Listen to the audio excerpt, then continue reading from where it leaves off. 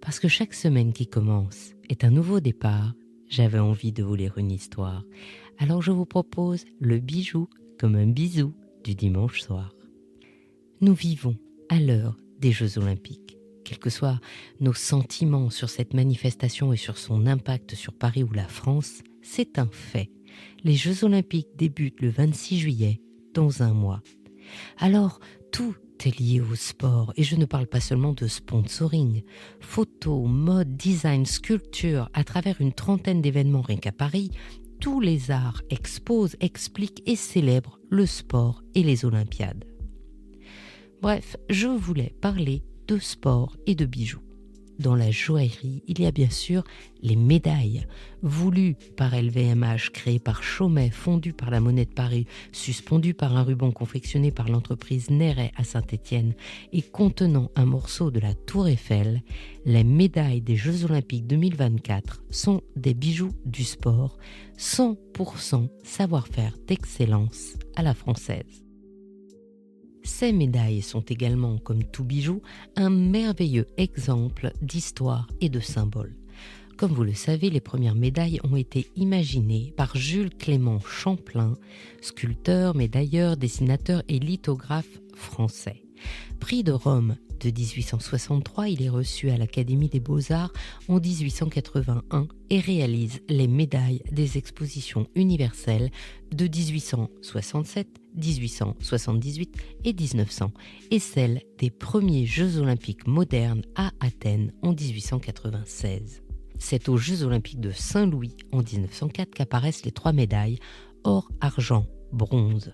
Quant aux Jeux paralympiques, ils naissent aux Jeux de Rome de 1960. La gravure des médailles est bien entendu objet de symbole. Le côté face est gravé des anneaux de la flamme olympique et de la date. Pour les Jeux olympiques, l'autre côté doit contenir, depuis les Jeux d'Athènes en 2004, la représentation de Nike, la déesse de la victoire et du triomphe émergeant du stade panathénaïque. Comme la Tour Eiffel s'impose comme le symbole de Paris, les designers ont ajouté la Tour Eiffel en face de l'Acropole. Et pour la médaille paralympique, la gravure est libre. Alors la maison Chaumet a proposé une vue en contre-plongée de la Tour Eiffel. Et comme cette médaille paralympique doit être lisible par tous, le mot Paris et 2024 est inscrit en braille sur les côtés. Après tout, l'inventeur de ce langage universel est un Français illustre, Louis Braille. Enfin, pour permettre aux athlètes de distinguer par le toucher le métal de la médaille, 1, 2 ou 3 traits sont gravés sur la tranche. Sur les médailles olympiques, on trouve sur la tranche le nom du sport, de la discipline et de l'épreuve remportée par le champion. Paris avait déjà reçu les JO en 1900 et avait déjà imaginé pour les médailles une forme rectangulaire qui cassait les codes. Pour les JO d'été de cette année, 100 ans après ceux de 1924, la forme qui s'impose est celle de l'hexagone qui symbolise la France. Ces hexagones gravés se placent au centre d'un cercle rayonnant en hommage aux Jeux olympiques, au pays, aux athlètes et aussi à Paris, la ville lumière. Et cerise sur le gâteau, ces hexagones sont en fer de la Tour Eiffel. Et oui, quand le comité d'organisation des Jeux olympiques et paralympiques et LVMH ont demandé à la société d'exploitation de la Tour Eiffel s'il existait des morceaux de la Tour Eiffel qui pouvaient être utilisés, la réponse a été oui. Car à chaque travaux d'entretien de la Dame de Fer, les morceaux ôtés ont été préservés. Chaque athlète médaillé aura ainsi une médaille exceptionnelle, un symbole extraordinaire et également un matériau hors du commun. Car la Tour Eiffel est entièrement créée avec un type de fer spécial produit par les forges et aux fourneaux de Pompée en Lorraine. La fonte particulière du minerai est appelée puddlage et débarrasse le fer de l'excès de carbone, ce qui le rend presque pur et d'une robustesse à toute épreuve. L'hexagone de fer de la Tour Eiffel rend les médailles olympiques impérissables. C'est par un certi-griffe que cet hexagone de fer est relié à la médaille. Ils sont 6 par médaille en forme de clou de Paris, en hommage au rivet de la Tour Eiffel. La fonte des médailles est réalisée par la monnaie de Paris, comme elle l'avait déjà fait pour les JO de 1924. Les médailles d'or et d'argent sont en argent massif 925 millième, certifié 100% recyclé par le RJC, le Responsive Jewelry Council. La médaille d'or ne comprend que 6 grammes d'or suivant le règlement des JO. Finalement, chaque médaille fait 85 mm de diamètre, 9,2 mm d'épaisseur et pèse 529 grammes pour l'or, 525 pour l'argent et 455 grammes pour le bronze. La bélière est intégrée à l'intérieur des médailles par laquelle sont suspendus les rubans fabriqués par l'entreprise Néret à Gramont dans la Loire.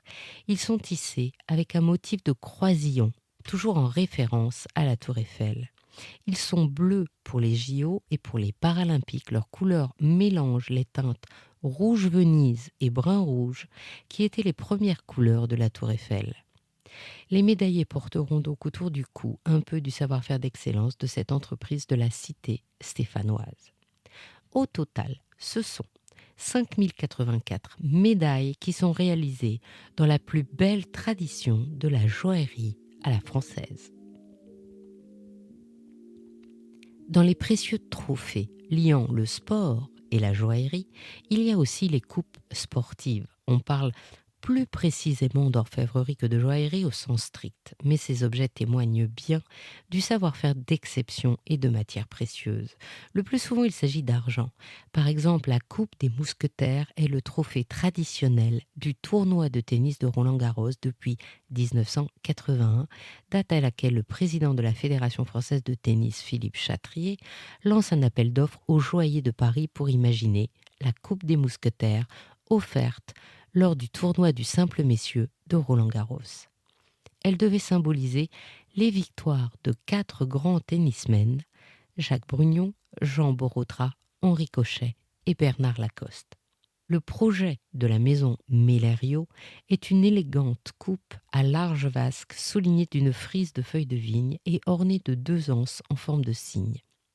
Depuis cette date, Mellerio fabrique chaque année une copie de cette coupe qui est remise au vainqueur, car la coupe originale ne lui est prêtée que quelques heures avant de retourner au bureau du président de la fédération. Ainsi, chaque année, orfèvres, fondeurs, ciseleurs, graveurs réalisent cette coupe de 14 kg d'argent, 21 cm de hauteur et 19 de large, dans la plus pure tradition des savoir-faire d'excellence. La maison Mellerio réalise également depuis 1956 le trophée du Ballon d'Or. Outre-Atlantique, la maison Tiffany est reconnue pour la création de ces trophées qui récompensent 12 disciplines sportives. Football et football américain, basketball, baseball, tennis, e-sport, golf, course automobile, course de chevaux, course à pied, cross et hockey, soit 29 sortes de trophées en argent ou en or, dont le dernier est celui du championnat des États-Unis de football américain. La maison a même édité un ouvrage, Crafting Factory, qui retrace la fabrication de ces trophées emblématiques en 200 pages, préfacé par le champion de basketball, LeBron James. Pour mémoire, Tiffany comme Chaumet appartiennent à l'écurie LVMH, qui se positionne comme le premier sponsor des trophées sportifs, avec plus de 65 trophées pour lesquels Louis Vuitton réalise des malles sportives spécialement conçues pour les transporter. Place Vendôme, Boucheron a sorti des médailles dans la collection The Power of Couture. À l'aube de 1924, la directrice des créations de la maison Claire Schwein explore le style militaire à travers l'univers des vêtements d'apparat dont les médailles et les rubans sont analogues à l'univers du sport. Les fanions et les 15 médailles ont été taillés à partir d'un seul bloc de cristal de roche et travaillés en glyptique. Dans un autre collier transformable, le gros grain est obtenu avec presque 500 tubes de cristal de roche taillés et sablés sur une armature en or flexible. Des prouesses techniques qui ont nécessité presque 5000 heures de travail. De son côté, Chanel vient de présenter à Monaco la nouvelle collection Haute Joaillerie Sport. Elle rend hommage au studio sport créé par Gabrielle Chanel en 1921. Il y a 7 parures. Collector, Sweater, Graphic Line, Chanel Print, Quilted Icons, Sportify et Gold Slider, qui revisitent les symboles de la maison et les réinventent façon sport avec des couleurs vibrantes, des lignes épurées, fonctionnelles et des mouvements libres comme ceux des athlètes. Ma préférée, c'est la collection Sweater, où Chanel invente le lacet précieux qui ferme les cols des suites, en or et en souplesse. Bien entendu, le procédé est breveté.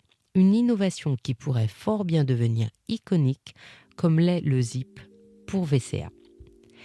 Ces hommages joailliers à l'univers du sport ne doivent pas faire oublier qu'il n'est pas vraiment recommandé de porter des bijoux en pratiquant un sport, pour ne pas vous blesser ou blesser les autres ou encore abîmer votre bijou. Ce qui me fait penser à la légende du bracelet tennis. Ce fin bracelet en or présentant une rangée de diamants reliés les uns aux autres est né dans les années 20 et s'appelait selon certains bracelet rivière et pour d'autres bracelet d'éternité. C'est quand Chris Evert, la championne de tennis, casse son bracelet créé par Georges de Béoui sur le court de l'US Open en 1978 et fait arrêter le match, le temps de retrouver son bijou, que cette pièce devient iconique et gagne son nom de bracelet tennis. Il faut dire qu'en plus d'être connu pour son raffinement avec sa coiffure et sa manucure parfaite, Chris est célèbre pour son revers à deux mains et ses victoires, dont le pourcentage de 90,05% est le plus élevé de l'histoire du tennis, hommes et femmes confondus. L'histoire de son bracelet cassé est devenue mythique, même s'il n'y a aucune photo de cet événement. Aussi, la date et le lieu changent-ils quelquefois suivant les narrateurs. Cependant, le bracelet tennis est tellement lié à sa personnalité qu'elle lancera sa propre collection à la fin des années 80 dont elle sera l'égérie. En attendant d'être champion, vous pouvez avoir envie de porter un bijou qui représente votre sport favori comme un engagement envers vous-même ou un signe de reconnaissance avec les autres sportifs. C'est dans cet esprit que Catherine Fabre a créé en 1996 avec sa mère Caroline ses premiers bijoux, des pendentifs en plaqué or ou argent massif qui représentaient l'amour du patinage artistique et de l'équitation, les sports qu'elles partageaient toutes les deux. Depuis, leurs bijoux symbolisent plus de 100 disciplines sportives mais également artistiques, des bijoux fabriqués en France par amour familial et du sport. Cet esprit de partager en famille l'amour du sport est aussi la motivation d'Estelle pour créer Kettle, sa ligne de bijoux symboliques fabriquée en France. Et oui, elle a entraîné dans l'aventure sa maman et son mari et pour son fils a créé la ligne Kids. Depuis son premier bracelet figurant la kettlebell de sa séance de MMA, c'est aujourd'hui 47 sports qui sont symbolisés par des bijoux en acier inoxydable ou en laiton plaqué argent 10 microns. Si vous ne trouvez pas votre sport, vous pouvez lui écrire. Et si l'envie de porter un bijou est liée au souci de vos performances sportives, vous connaissez les bracelets connectés ou encore les bagues connectées qui suivent votre activité, votre rythme cardiaque, l'oxygénation de votre sang et même votre niveau de stress. Une jolie façon de rendre le bijou indispensable au sport. Ainsi se termine cette histoire de bijoux et de sport. Je suis Anne Desmarais de Jotan et je donne une voix aux bijoux chaque dimanche. Et si vous aussi vous avez envie de faire parler vos bijoux et votre maison, je serai ravie de vous accompagner pour réaliser votre podcast de marque ou vous accueillir en partenaire dans mes podcasts natifs. Nos prochains rendez-vous seront en alternance sur le podcast Brillante, le podcast des femmes de la joaillerie, ou Il était une fois le bijou, le podcast thématique de la joaillerie. Faites-moi plaisir, abonnez-vous aux 3 podcasts et partagez cet épisode sur vos réseaux sociaux. Je vous souhaite une jolie semaine et plein de bisous comme un bijou.